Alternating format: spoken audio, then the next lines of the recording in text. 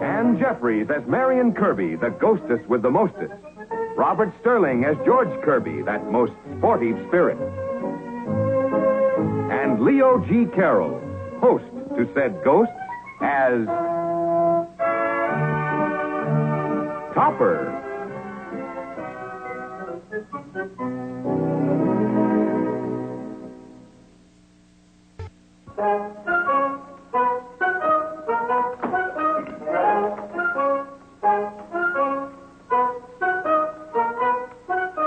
Yes, Topper?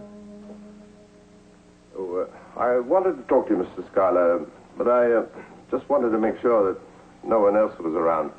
Well, who else could be around? I just wanted to make sure.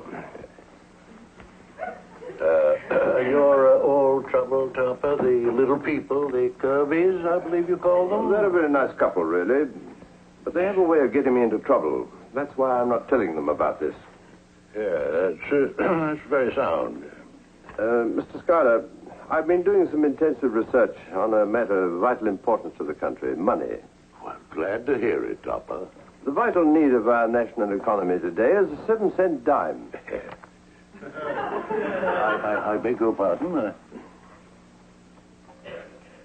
Designed it myself. The answer to inflation. This is your own idea, Topper? Oh, yes, of course. Why? Oh, nothing. I just thought perhaps it might have come from your little friends. But I told you, I don't want them to know about this. Besides, they're a normal size. Yes, of course. There's a hole in it? That fits vending machines. Now you take the nickel candy bar. The price of sugar goes up. The maker, because he has to sell through machines, raises the price to a dime. Inflation. Now, with my new coin, he only raises the price to 7 cents. No inflation. Well, that sounds fairly reasonable, yeah. Our whole coinage system is totally out of date. Now, if I could get my new coin to the right people in Washington, What's the matter, Topper? I think they just came in. They did? Well, thank you, Mr. Schuyler, for giving me your time. We'll take it up later, shall we? Yeah. Take what up, Topper? We must have lunch together, Topper. What, Topper? Never mind. Well, anything you say, Topper. Take what up, Papa? You have to tell us. I refuse to tell you anything. Yes, of course. Put something in his pocket, Marion. Search it. Don't you dare. Stop that. Nothing there. I must apologize, Mr. Schuyler. You need a rest, Topper. We better frisk Schuyler, Marion. Pat him down, George. I was just looking for a match. You need a rest, Topper. Why not take this idea of yours to Washington, in person, that is? Oh, really? Can the bank spare me? Well, we'll muddle through.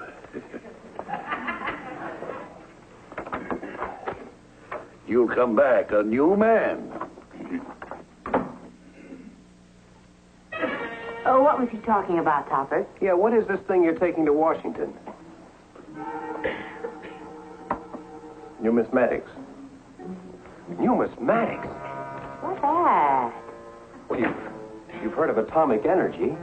Yes. Well, this is numismatics. The whole thing is just so exciting, Cosmo. Washington receptions, cocktail parties, affairs of state. Well, I'm afraid there isn't going to be much of that, dear. Oh, you're just being modest, Cosmo. When they find out how brilliant your plan is. What is it again, dear? A new coin. Halfway between a nickel and a dime. Oh, yes. That's very clever of you, Cosmo. Thank you, dear. Cosmo, you're not keeping anything from me. Keeping anything? I mean, have you told me the real reason we're going to Washington? Well, I've just told you. Of course you have. Something about a coin. Well, what else could it be? Men don't go all the way to Washington about dimes, Cosmo. Now, do they? Henrietta, I suppose that at least once in the life of every man there comes an idea that to the rest of the world seems trivial, unworkable, even at times a little ridiculous. Some people dream of rocket travel to the moon. I should like to see my country coin a 7-cent dime. Of course, dear. And whatever it really is, Cosmo, you know how I am about secrets. Don't tell me. Think of old Topper stumbling onto something like that. Now, don't go off the deep end, George. Deep end? He was only in Schuyler's office 2 minutes, and when we came in, Schuyler was as white as a sheet. Topper's not a scientist. Take it straight to Washington, he said. Straight to Washington. What is it? It's better that the awful knowledge remain locked in the brain of Cosmo Topper. Numismatics. Look at this.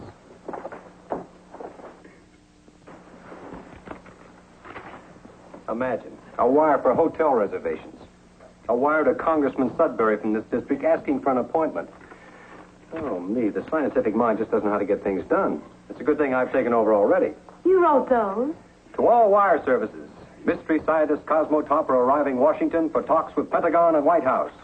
To the FBI, request for 24-hour protection. To Joint Chiefs of Staff, key cabinet members, and Commander-in-Chief, demand for immediate audience, top secret urgency priority. Topper in the White House. The first line of our defense is the scientific brain.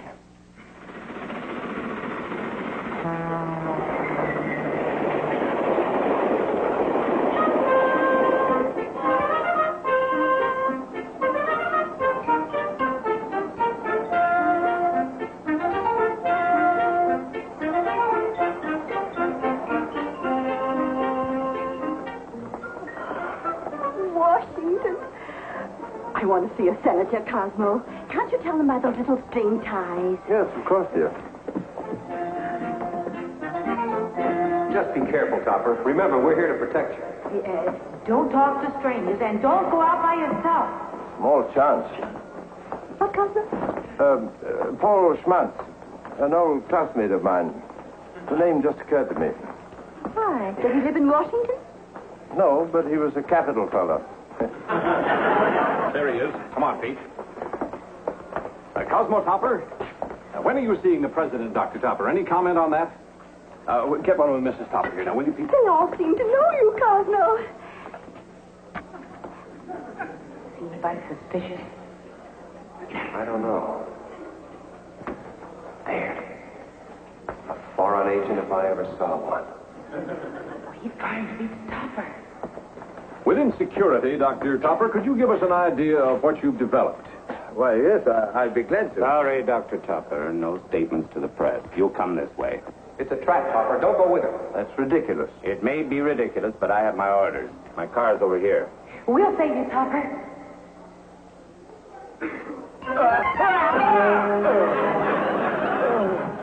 Didn't even touch him with it. Must be an invisible force ray. Did I hurt you? Secret Service assigned to guard you. Such an exciting city, Cosmo. I had no idea a 7-cent dime would get this reception.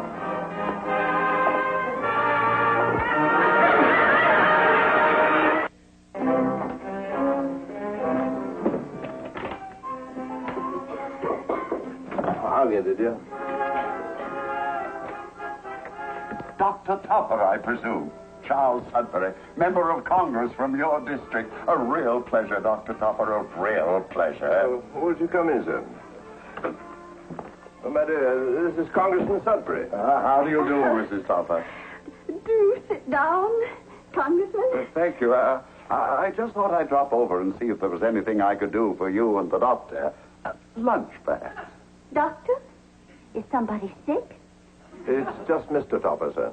Really? Oh, the more remarkable. You must be very proud of your husband, Mrs. Topper. Oh, Cosmo was bound to stumble on something sooner or later. He's always thinking, you know.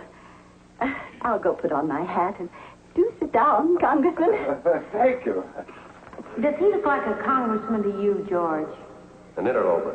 Definitely the criminal type. Perhaps you'd like to see Congress in session sometime. Don't trust him, Topper. He's a spy. Don't be absurd, George. The name is Charles. It was only a suggestion, of course, Dr. Topper. Anything you say. Oh, that's very kind of you. Naturally, I'd like to discuss my ideas with you at the first opportunity. With me? Don't do it, Topper. Well, now, my theory is that... Please, Dr. Topper, I have nowhere near the security clearance to discuss such information. But why should it have to have clearance? Oh, Dr. Topper, really? You scientist. George, he's stealing the thing. Never. Well, of course, if there's anything else I could do, don't hesitate to call upon me. Dr. Topper, believe me, I didn't take it intentionally. I didn't even know I had it.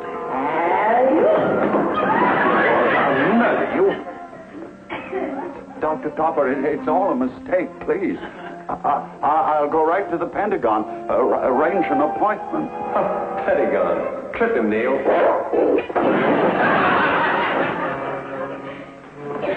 I better make it to the White House. Well, but Mr. Sudbury, No. I thought he was taking us to lunch. Well, he had to vote on an emergency issue. If I was he hobbling. Hobbling? I expect it was a lame duck congress.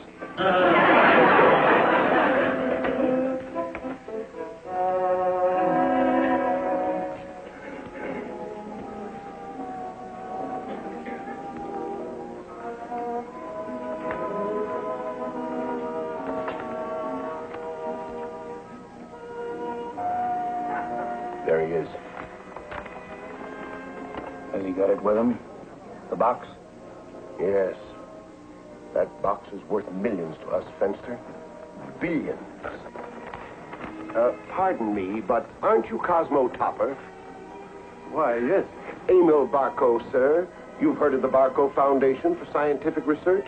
My associate, Dr. Fenster. Pleasure to meet you, Dr. Topper. How do you do? Perhaps you could join us for a moment. Well, my wife is meeting me here. Good. Then we can chat until she comes. Sit down, Topper. These are big men. And honest. You can tell by the earlobe. We'll join you.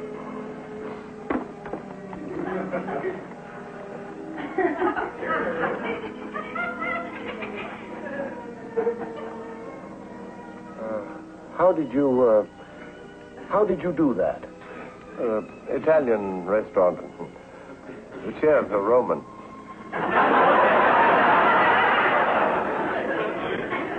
Dr. Topper, are you fully aware that there are governments willing to pay a king's ransom for your discoveries? A king's ransom, sir. Really? Well, actually, I'm interested only in our own currency system, Mr. Barco. Now, don't get us wrong, sir. Pray, don't get us wrong. We are patriots, sir. Absolutely. Your discoveries shall, of course, go only to the United States. Besides, who can pay more money? That sounds reasonable, Topper. But I'd planned to give it away. Give it away? Oh, here you are, Cosmo. Yes, dear. Well, thank you, gentlemen, for your interest in my plan.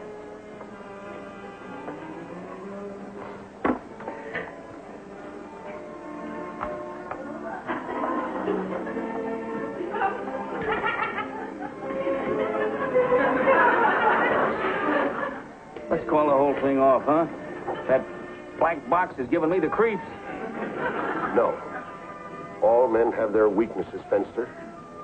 Topper's weakness isn't money. It could be women. Get in touch with Marlena.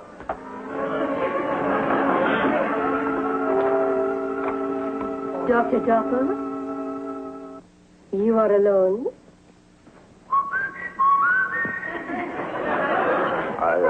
I suppose one might say I'm alone? Then I am not intruding. No, indeed. I hope you do not think me bold. I wish an interview for my college paper. That's very flattering, I'm sure. Come in. The liberty of ordering. Of course. What's an interview without champagne?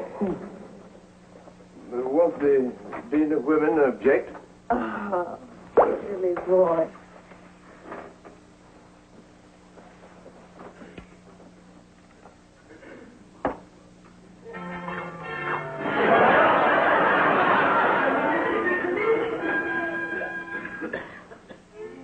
To us.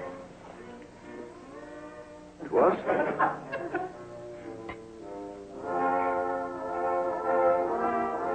Oh, to be alive again.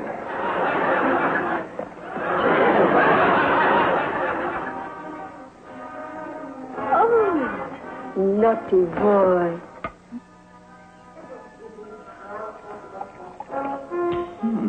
1947.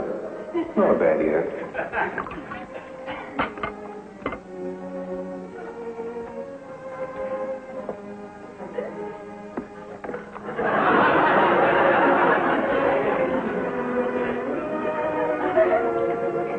But how do you drink without using your hands? I promised my wife I'd never touch it.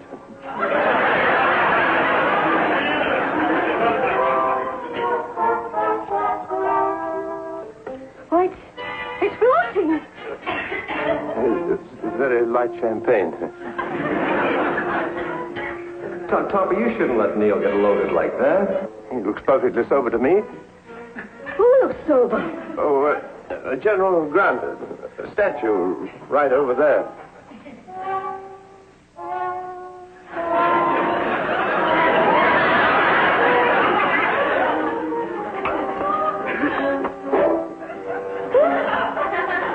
Neil.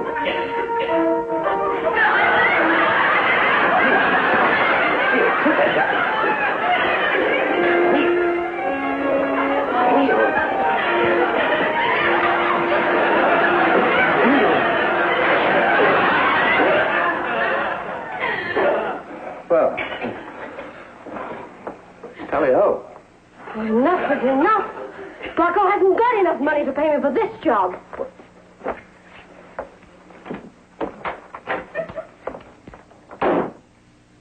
What did she say? Barco. Not you, Neil. She was working for Barco. They're trying to get the box. Why? Anyway, I still have it. I should have realized. He's the type that would stop at nothing. Well, what can he do? The girls. They're gone. He's holding Henrietta and Marion. Preposterous. Is it? Didn't he say he'd pay a king's ransom for your discovery? Well, yes. Why, of course. It's their only logical move, the fiends. You really think that... They'll be getting in touch with us soon, Topper. When they ask for the secret, what will you tell them? Well, what can I tell them? Only that I have a plan for a 7-cent dime. In your position, I'd only hope I'd be strong enough to do the same. Whatever the personal cost, your country comes first. You're a raving idiot. Perhaps, but I salute you. Hey, wait a minute. They've got Marion, too. How come you're so noble with my wife?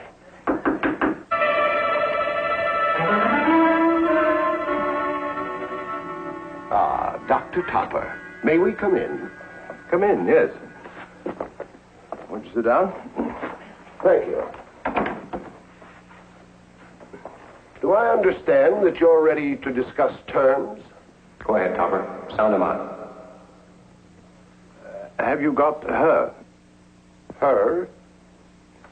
He means Marlena, boss. Oh, yes, we have her. Are you interested? Well, naturally. You see, Fenster, a chink in the shining armor. Ask him about Marion, Topper. Have you got another one? Another one? Yes. Let's not shilly-shally. What is it you want from me, Barco? It's very easy. The plans, the box with the new energy, and we hand her over. Don't you understand, you idiots? Ever since I came to Washington, I've been trying to get someone to listen to me. All I want is for the government to coin a 7-cent dime. Topper, really? Of course, you idiot. You're a bold man, Topper. I regret the steps we shall have to take. Fenster. A 7-cent dime? What a joke! Why, what's wrong with it? What's wrong? Well, it's... Never mind. Get on with it. Yeah, sure. Watch out for that box.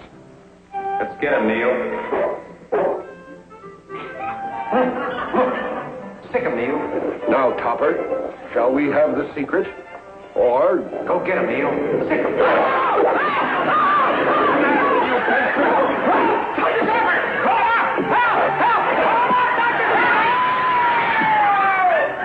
George, you killed him. You forget, Topper. We're on the ground floor. Dr. Topper, are you all right? We were listening outside the door. You're under arrest. Attempted espionage. And kidnapping. Kidnapping who? My wife. Where is she? Did you call me, Cosmo? Oh, Henrietta. Oh, I've had the most wonderful afternoon shopping. Will you help move these here? Oh, how do you do? You don't mind if I go? What about my wife? Did you call me, George? What's that? Why, that's just the box. Oh, really, gentlemen, look. My 7-cent dime. That's all? Then I bid you good day, gentlemen. Neil, sick 'em. Amazing. He's one of the great scientific minds of all time.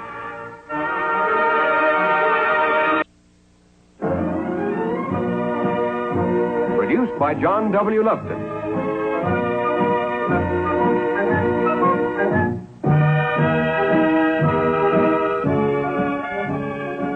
A John W. Loveton, Bernard L. Schubert production. Starring Anne Jeffries, Robert Sterling, and Leo G. Carroll.